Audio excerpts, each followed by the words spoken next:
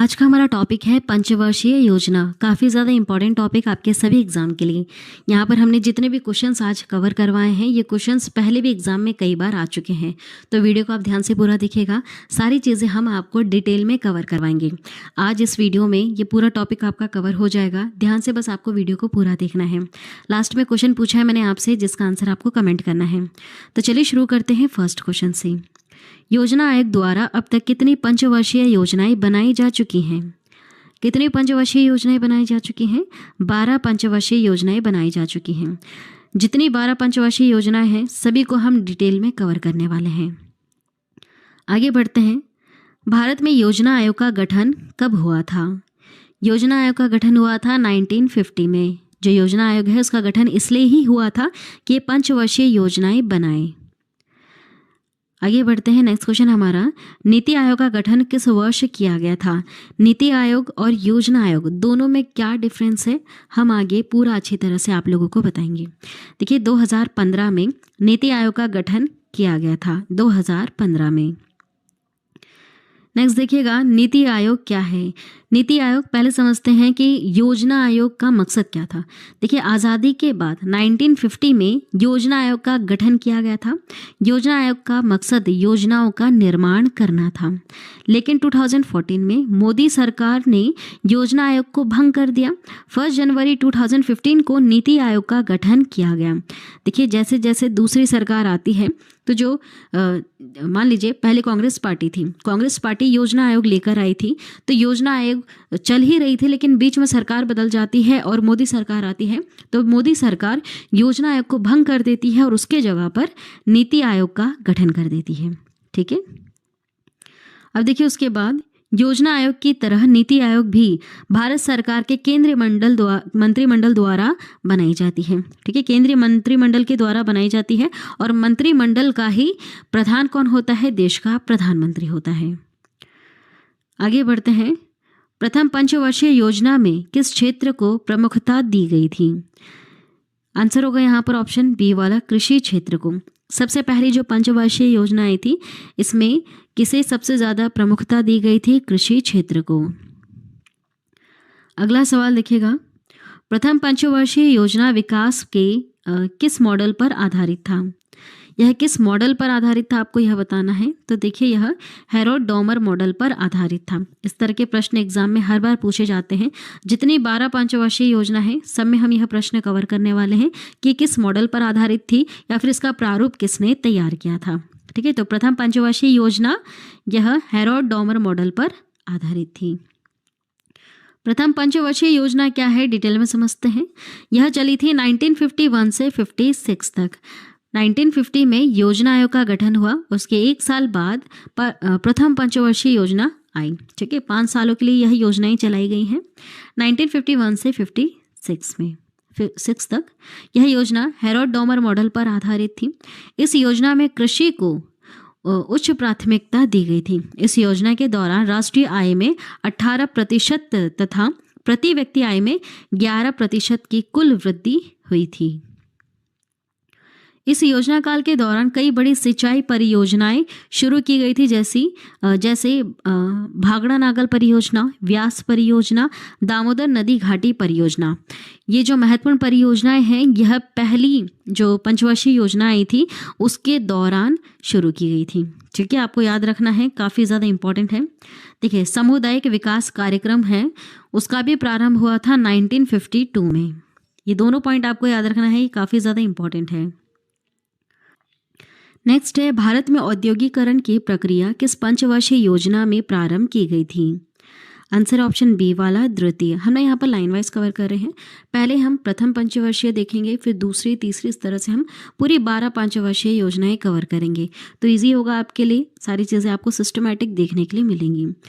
चलिए देखिए प्रश्न क्या था हमारा, भारत में औद्योगिकरण की प्रक्रिया किस पंचवर्षीय योजना में प्रारंभ की गई थी? पहले वाले में तो कृषि को प्राथमिकता दी गई, दूसरे वाले में औद्योगिकरण की प्रक्रिया को।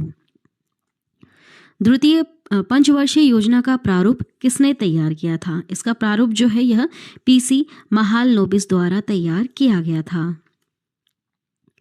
अगला है खादी एवं ग्रामीण उद्योग आयोग की स्थापना किस पंचवर्षीय योजना के अंतर्गत की गई थी? आंसर होगा यहाँ पर ऑप्शन बी वाला दूसरी जो पंचवर्षीय योजना है इसके अंतर्गत खादी एवं ग्रामीण उद्योग आयोग की स्थापना की गई थी।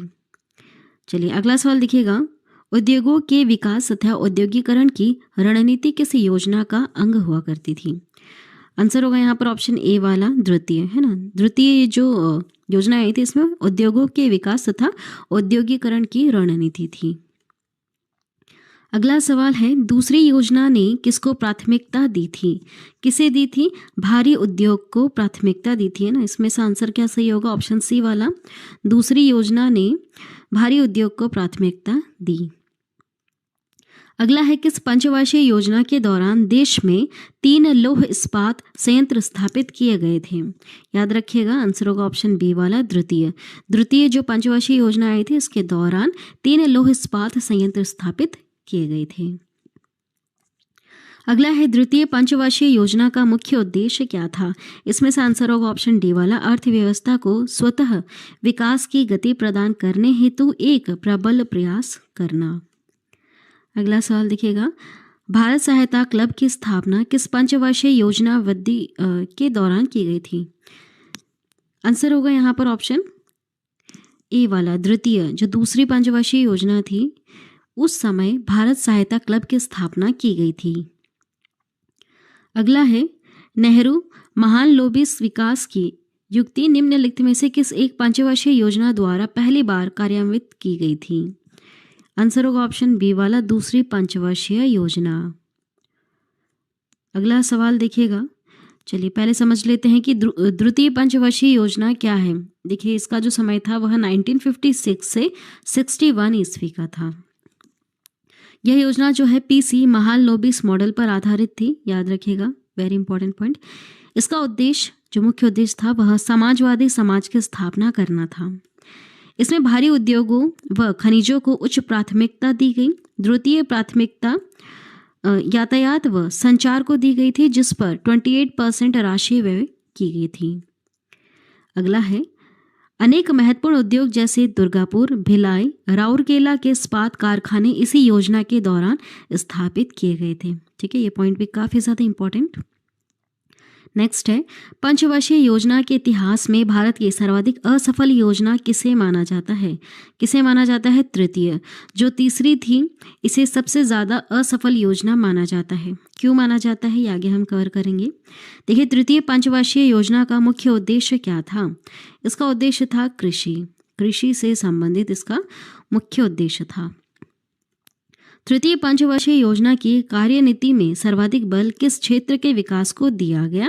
आंसर होगा यहाँ पर ऑप्शन ए वाला कृषि के क्षेत्र में इसके विकास में सबसे ज़्यादा बल दिया गया था तृतीय पंचवर्षीय योजना में।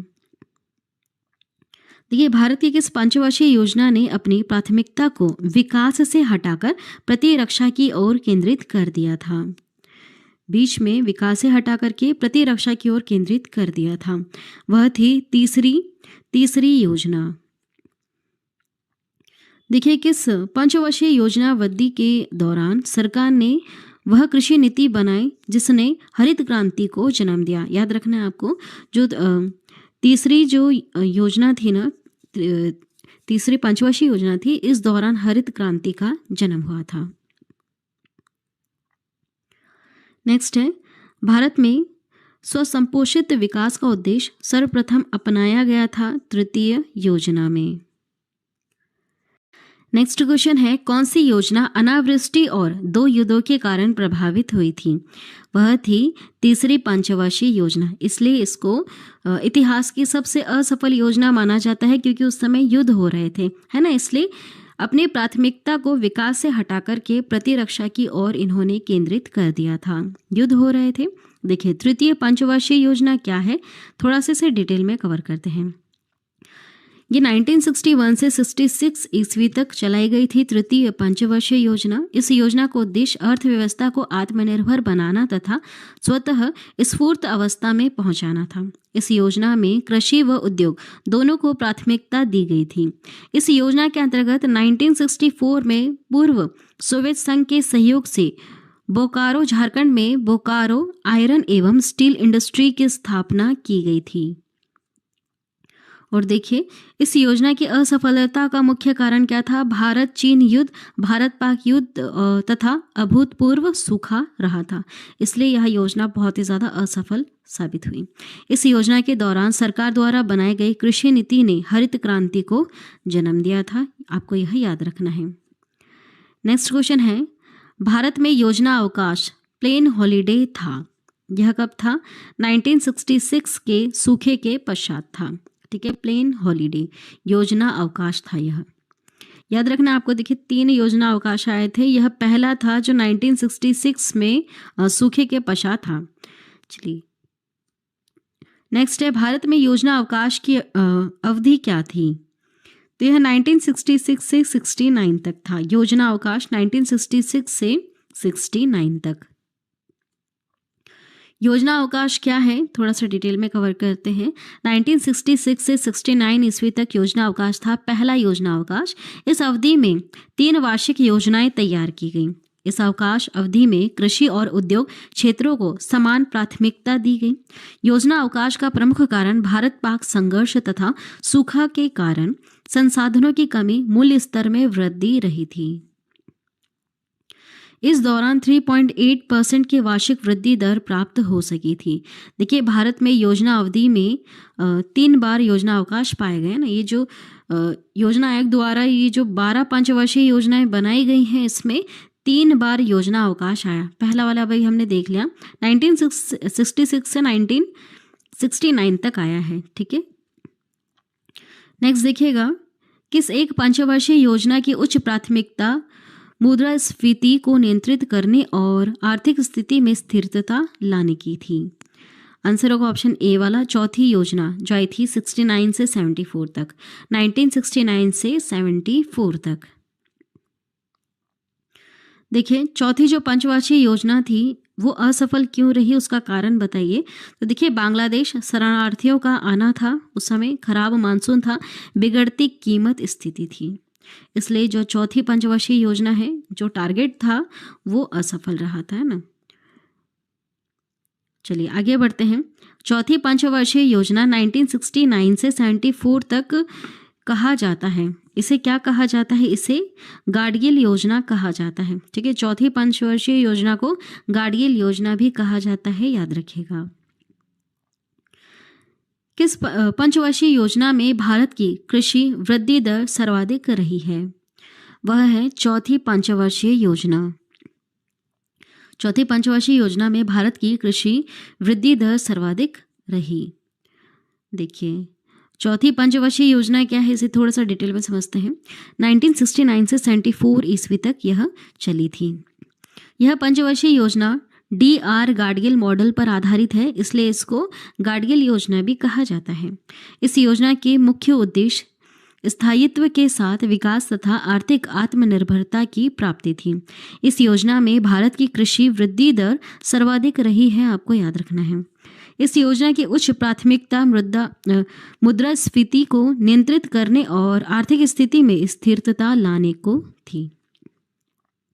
देखिए, परिवार नियोजन कार्यक्रम की शुरुआत जो हुई थी वह इसी योजना में इसे लागू किया गया था ना, परिवार नियोजन कार्यक्रम को। वेरी इंपॉर्टेंट, ध्यान देना आपको। चौथी पंचवर्षीय योजना में परिवार नियोजन कार्यक्रम इसी योजना में लागू किए गए। श्वेत क्रांति ऑपरेशन फ्लड इसी योजना काल में प्रारंभ की गई थी। ये भी इंपॉर्टेंट पॉइंट है, ध्यान दीजिएगा। नेक्स्ट है, पांचवी पंचवर्षीय योजना का अभिगम पत्र किसने तैयार किया था? यह किसने तैयार किया था? प्रारूप कह सकते हैं आप, या फिर किस पर आधारित थी? तो देखिए, आंसर होगा ऑप्शन सी वाला, DP धर। DP धर के प्रारूप पर तैयार थी। ठीक है, इन्होंने इसे अप्रोच किया था। नेक्स्ट है, गरीबी हटाओ का नारा कौन सी योजना में शामिल किया गया था? वेरी इंपॉर्टेंट, गरीबी हटाओ का नारा दिया था पांचवी पंचवर्षीय योजना में। पांचवी पंचवर्षीय योजना में देखिए, पांचवी पंचवर्षीय योजना का मूल उद्देश्य क्या था? क्या था? गरीबी हटाना था। तो ये जो नारा है यह भी इसी में दिया गया। नेक्स्ट है, कौन सी पंचवर्षीय योजना केवल 4 वर्ष की रही? देखिए 12 पंचवर्षीय योजना है, सब 5 साल के लिए आई थी, लेकिन जो 5वीं पंचवर्षीय योजना है सिर्फ यही 5 साल के लिए नहीं, सिर्फ 4 साल के लिए ही आई। तो उसको याद करना इजी होगा। 5वीं वाली जिसमें 5 से 5 ईयर हो सकता था, लेकिन सिर्फ यही 4 वर्षों के लिए चली थी, तो याद करना आसान है। आंसर होगा ऑप्शन सी वाला, पांचवी पंचवर्षीय योजना केवल 4 साल के लिए आई। यह प्रश्न कई बार एग्जाम में आ चुका है। अगला है, 5वीं पंचवर्षीय योजना के 2 मुख्य उद्देश्यों में एक निर्धनता निवारण तथा जबकि दूसरा मुख्य उद्देश्य क्या था? पहला तो गरीबी हटाना था और दूसरा क्या था? वह था आत्मनिर्भरता की प्राप्ति। नेक्स्ट है, किस पंचवर्षीय योजना के दौरान आपातकाल लगाया गया था? नए चुनाव हुए थे और जनता पार्टी चुनी गई थी। उस समय कौन सी पंचवर्षीय योजना चल रही थी? 5वीं पंचवर्षीय योजना चल रही थी। नेक्स्ट देखिएगा, 5वीं पंचवर्षीय योजना 1974 से 78 ईस्वी तक चली थी। इस योजना का मुख्य उद्देश्य गरीबी उन्मूलन तथा आत्मनिर्भरता की प्राप्ति थी। यह योजना केवल 4 वर्ष तक चली थी। क्यों? क्योंकि इसमें आपातकाल लग गया था, बीच में नए चुनाव हुए थे और नई पार्टी आ गई थी। जैसे नई कोई पार्टी आती है तो जैसे मोदी सरकार आई तो योजना आयोग जो था उसको भंग कर दिया और नीति आयोग आ गया। इसी तरह से उस समय भी ऐसा ही हुआ था। ठीक है, इनका जो चल रहा था उसे बंद करके अपनी योजनाएं शुरू कर दी थी। इसलिए जो 5वीं पंचवर्षीय योजना है केवल यह 4 साल के लिए चली। इस योजना में पहली बार गरीबी एवं बेरोजगारी पर ध्यान दिया गया था। उससे पहले कृषि उद्योग पर ही ध्यान दे रहे थे, लेकिन जो 5वीं पंचवर्षीय योजना थी इसमें गरीबी और बेरोजगारी पर ध्यान दिया गया। जनता पार्टी शासन द्वारा इस योजना को 1978 ईस्वी में ही समाप्त करने का निर्णय लिया था। ठीक है, जैसे कोई नई पार्टी बनती है तो जो पुरानी पार्टी जो भी योजनाएं चालू रखती हैं उसको बंद कर देती हैं और अपनी तरफ से एक नई योजना ले आती है। नेक्स्ट है, अनवरत योजना रोलिंग प्लान किस अवधि के दौरान बनाई गई थी? अभी जैसे मैंने आपको बताया था कि 3 बार योजना अवकाश अवधि आई थी, 3 बार आया था योजना अवकाश। तो पहला वाला तो हमने देख लिया। तीसरी जो योजना थी जो असफल हो गई थी, क्यों? क्योंकि युद्ध हो रहे थे उस समय, अनावृष्टि हो रही थी। उसके बाद एक बार योजना अवकाश आया था और उसके बाद देखिए एक और बार आया जब जनता पार्टी आई, है ना। 5वीं पंचवर्षीय योजना के बाद जनता पार्टी जैसे आती है तो फिर वह अनवरत योजना, मतलब बीच में एक और बार अवकाश अवधि जैसा आता है। तो इसका ड्यूरेशन क्या था? 1978 से 80 था। ठीक है, ये चीज़ें आपको समझ में आ रही हैं। आगे बढ़ते हैं। राष्ट्रीय नियोजन में रोलिंग प्लान की अवधारणा लागू की गई थी। यह जनता सरकार के द्वारा लागू की गई थी। 5वीं पंचवर्षीय योजना को 4 साल में ही समाप्त करने के बाद रोलिंग प्लान की अवधारणा लागू की गई 1978 से 80 तक। देखिए, अनवरत योजना 1978 से 1980 तक। 1978 से 1980 अवधि के लिए अनवरत योजना वैसे आई तो 83 तक ही थी। यह ध्यान दीजिएगा, बहुत जगह ना आपको यहाँ पे 78 के बाद 83 लिखा हुआ रहेगा, लेकिन 83 की जगह 80 लिखा भी दिखेगा। क्यों? इसका रीज़न अभी देखते हैं।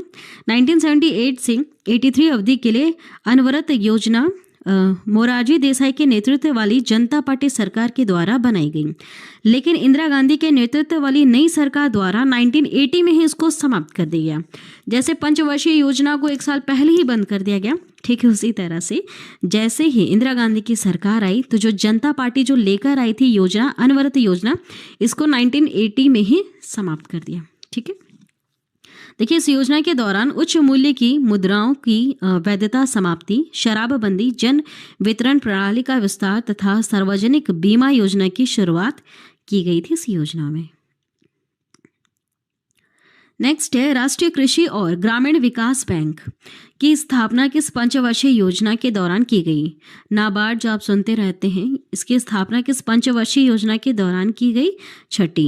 छठी पंचवर्षीय योजना थी, इसमें राष्ट्रीय कृषि और ग्रामीण विकास बैंक की स्थापना की गई। अगला है, किस पंचवर्षीय योजना में योजनागत परिव्यय के प्रतिशत के रूप में विद्युत उत्पादन पर सर्वाधिक बल दिया गया था? तो यह छठी पंचवर्षीय योजना के दौरान है ना। इसमें योजनागत परिव्यय के प्रतिशत के रूप में विद्युत उत्पादन पर सर्वाधिक बल दिया गया, विद्युत उत्पादन पर। अगला है, भारत की पंचवर्षीय योजना के संदर्भ में औद्योगिकरण के ढांचे में परिवर्तन के अंतर्गत भारी उद्योग का महत्व कम करते हुए आधिकारिक संरचनाओं पर बल देने की शुरुआत किस योजना में की गई थी? छठी योजना में। ठीक है, छठी योजना में। देखिए, छठी पंचवर्षीय योजना को थोड़ा सा डिटेल में कवर करते हैं। 1980 से 85 जो अनवरत योजना आई थी 83 तक चलनी थी, लेकिन उसको 1980 में ही समाप्त कर दिया। किसने? इंदिरा गांधी सरकार ने, है ना। उसके बाद 1980 से 85 में छठी पंचवर्षीय योजना आती है वापस इंदिरा गांधी सरकार के द्वारा। तो देखिए, इस योजना का मुख्य उद्देश्य गरीबी उन्मूलन और रोजगार में वृद्धि करना था। राष्ट्रीय कृषि और ग्रामीण विकास बैंक की स्थापना 12 जुलाई 1982 को छठी पंचवर्षीय योजना के दौरान की गई थी। अगला है, सातवीं पंचवर्षीय योजना की अवधि क्या थी? छठी के बारे में हमने पढ़ लिया, 80 से 85 तक थी। अब हम सातवीं के बारे में पढ़ते हैं। तो यह 1985 से 90 तक चली थी सातवीं पंचवर्षीय योजना। अब इसे समझते हैं। सातवीं पंचवर्षीय योजना का प्रारूप तैयार करने का श्रेय किसे दिया जाता है? हर प्रश्न में जितनी भी ये योजनाएं हैं उनमें आपको सबका याद रखना होगा कि इनका प्रारूप किसने तैयार किया है ना। तो देखिए, आंसर होगा ऑप्शन डी वाला, रामकृष्णन हेगड़े। इन्होंने सातवीं पंचवर्षीय योजना का प्रारूप तैयार किया था। नेक्स्ट है, आत्मनिर्भरता किसका मुख्य उद्देश्य था? किसका मुख्य उद्देश्य था? सातवीं योजना का मुख्य उद्देश्य था आत्मनिर्भरता। सातवीं पंचवर्षीय योजना को डिटेल में कवर करते हैं। यह 1985 से 90 ईस्वी तक चली थी। सातवीं पंचवर्षीय योजना का यह ड्यूरेशन था। देखिए, यह योजना जॉन डब्ल्यू मिलर मॉडल पर आधारित थी। नेक्स्ट है, भोजन, काम और उत्पादन का नारा इसी योजना में दिया गया था। भोजन, काम और उत्पादन। ठीक है, भोजन, काम और उत्पादन का नारा सातवीं पंचवर्षीय योजना में दिया गया। योजना में प्रति व्यक्ति आय में 3.6% प्रतिवर्ष की दर से वृद्धि हुई थी। इस योजना में जवाहर रोजगार योजना जैसे महत्वपूर्ण रोजगार जो कार्यक्रम हुए थे वो सब प्रारंभ हुए थे।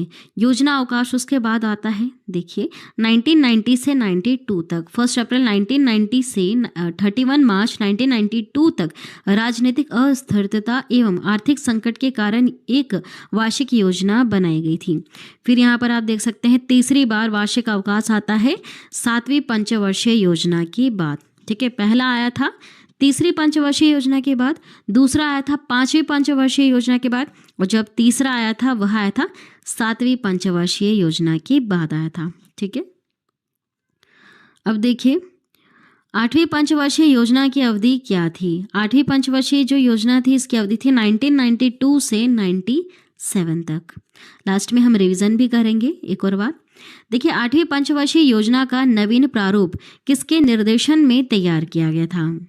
यह तैयार किया था प्रणब मुखर्जी के निर्देशन में आठवीं पंचवर्षीय योजना का नवीन प्रारूप। निम्नलिखित में से किस पंचवर्षीय योजना में आर्थिक संवृद्धि की दर अपने लक्ष्य से अधिक रही थी?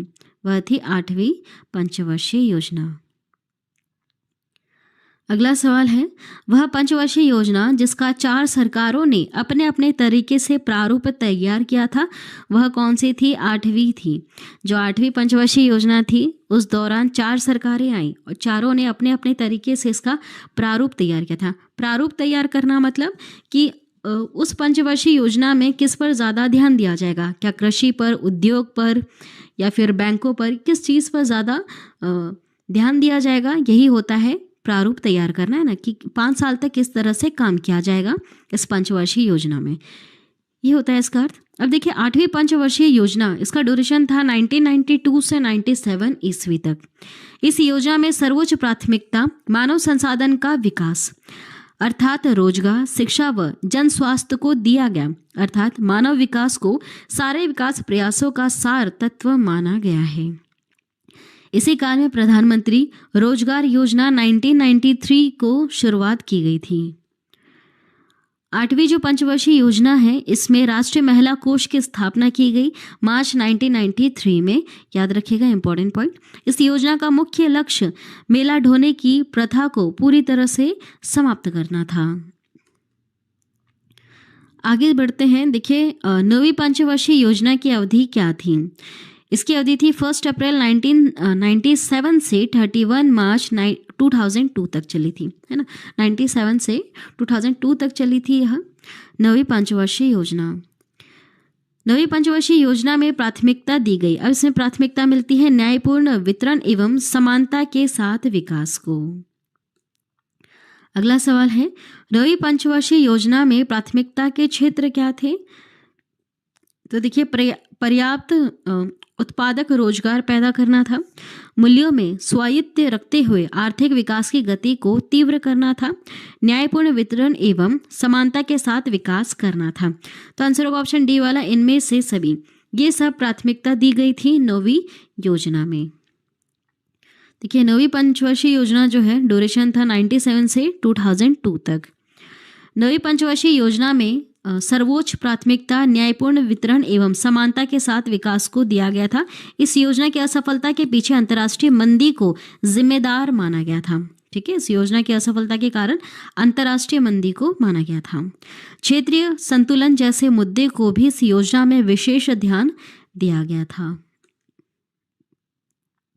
अगला है, 10वीं पंचवर्षीय योजना की अवधि क्या थी? 10वीं के बारे में पढ़ते हैं। तो यह 2002 से 2007 तक चली थी 10वीं पंचवर्षीय योजना। देखिए, योजना काल में सर्वाधिक संवृद्धि दर किस योजना में प्राप्त की गई थी? पूरी योजना काल में सर्वाधिक संवृद्धि दर 10वीं में प्राप्त की गई थी। 10वीं पंचवर्षीय योजना 2002 से 2007 तक चली। 10वीं पंचवर्षीय योजना को उद्देश्य देश में गरीबी और बेरोजगारी समाप्त करना तथा अगले 10 वर्षों में प्रति व्यक्ति आय 2 गुनी करना प्रस्तावित किया गया था। ठीक है, यह इसका मुख्य उद्देश्य था। नेक्स्ट है, 11वीं पंचवर्षीय योजना की अवधि के लिए निम्न में से कौन सा सही है? तो जो 11वीं आई थी, यह आई थी 1 अप्रैल 2007 से 31 मार्च 2012 तक। 11वीं पंचवर्षीय योजना का यह ड्यूरेशन था। नेक्स्ट है, 11वीं पंचवर्षीय योजना का उद्देश्य क्या था? इसका उद्देश्य तीव्रतम एवं समावेशी विकास था। देखिए, निम्नलिखित योजनाओं में से भारत में उच्चतम वृद्धि दर किस योजना में रही थी? तो वह 11वीं योजना में रही थी। आगे बढ़ते हैं। 11वीं पंचवर्षीय योजना के बारे में जानते हैं। 2007 से 12 तक चली थी। इस पंचवर्षीय योजना का मुख्य लक्ष्य तीव्रतम एवं समावेशी विकास था। 11वीं योजना सकल घरेलू उत्पाद की औसत वृद्धि दर 8.3% रही। इस प्रकार सर्वाधिक वृद्धि दर 11वीं योजना में ज़्यादा रही थी और ऊंची वृद्धि दर की दृष्टि से इसके बाद 10वीं योजना रही है। 11वीं पंचवर्षीय योजना में शिक्षा के लिए विषय वस्तु थीम अनिवार्य प्रारंभिक शिक्षा था। चलिए अब आगे बढ़ते हैं 12वीं पंचवर्षीय योजना की तरफ। 12वीं पंचवर्षीय योजना जिसका ड्यूरेशन था 2012 से 17 तक के लिए आई तो थी, 17 तक के लिए, लेकिन बीच में हमारी सरकार आ गई, बीजेपी पार्टी आ गई, दूसरी पार्टी। अब देखिए, तीव्रता, अधिक समावेशी और धारणीय विकास, यह इसका मुख्य उद्देश्य था 12वीं पंचवर्षीय योजना का। 12वीं पंचवर्षीय योजना 2012 से 17 तक चली। इसका मुख्य उद्देश्य तीव्र, अधिक समावेशी और धारणीय विकास था। 12वीं पंचवर्षीय योजना में सर्वाधिक धनराशि सामाजिक सेवाओं की मद में विनिहित की गई थी। चलिए फटाफट से रिवीजन कर लेते हैं। जितने पंचवर्षीय योजना हैं उनके जो ईयर्स हैं उसे देख लेते हैं। 1950 में जो योजना आयोग है उसका गठन किया गया था। योजना आयोग का गठन इसलिए किया गया था ताकि ये पंचवर्षीय योजनाओं को बनाए। पहली पंचवर्षीय योजना आती है उसके 1 साल बाद। 1950 में तो गठन हुआ था योजना आयोग का। उसके बाद देखिए आपको इस तरह से सन याद रहेगा। अगर आप पूरी चीज़ें बेसिक से समझेंगे तो आपको याद रहेगा। 50 के बाद देखिए 51 से 56 है ना, ये 5 साल के लिए रही। उसके बाद जो दूसरी आती है पंचवर्षीय योजना, यह 1956 से 61 तक 5 साल के लिए। उसके बाद तीसरी पंचवर्षीय योजना आई थी 1961 से 66 तक। उसके बाद बीच में योजना अवकाश आता है। क्यों? क्योंकि उस समय युद्ध चल रहे थे तो डिस्टर्ब हो गए थे, तो योजना अवकाश आया था। उसके बाद चौथी पंचवर्षीय योजना आई थी 1969 से 74 तक। जो पहला योजना अवकाश था वह 1961 से 69 चला था। उसके बाद चौथी पंचवर्षीय योजना आती है 69 से 74। फिर आई थी पांचवी पंचवर्षीय योजना, यह तो आई थी 5 साल के लिए, लेकिन चलाई थी सिर्फ 4 साल के लिए गई थी, क्योंकि बीच में जनता पार्टी आ गई थी और बंद कर दिया था इसको, और खुद की योजना ले आई थी अनवरत योजना। ठीक है, तो देखिए पांचवी पंचवर्षीय योजना 1974 से 78 तक।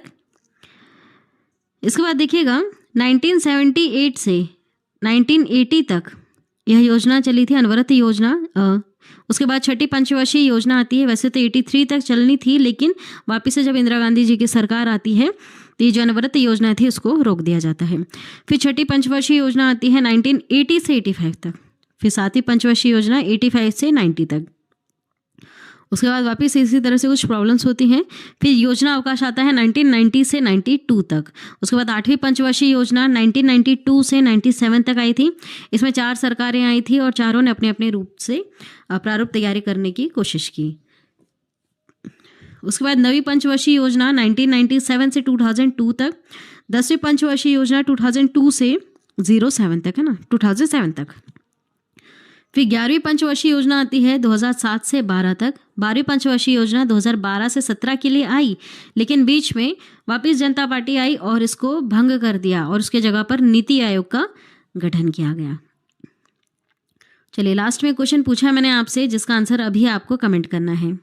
क्वेश्चन है, योजना आयोग के स्थान पर नया नीति आयोग जनवरी 2015 से अस्तित्व में आया। नीति आयोग का पदेन अध्यक्ष किसे बनाया जाता है? नीति आयोग के पदेन अध्यक्ष कौन होते हैं, आपको कमेंट करके बताना है।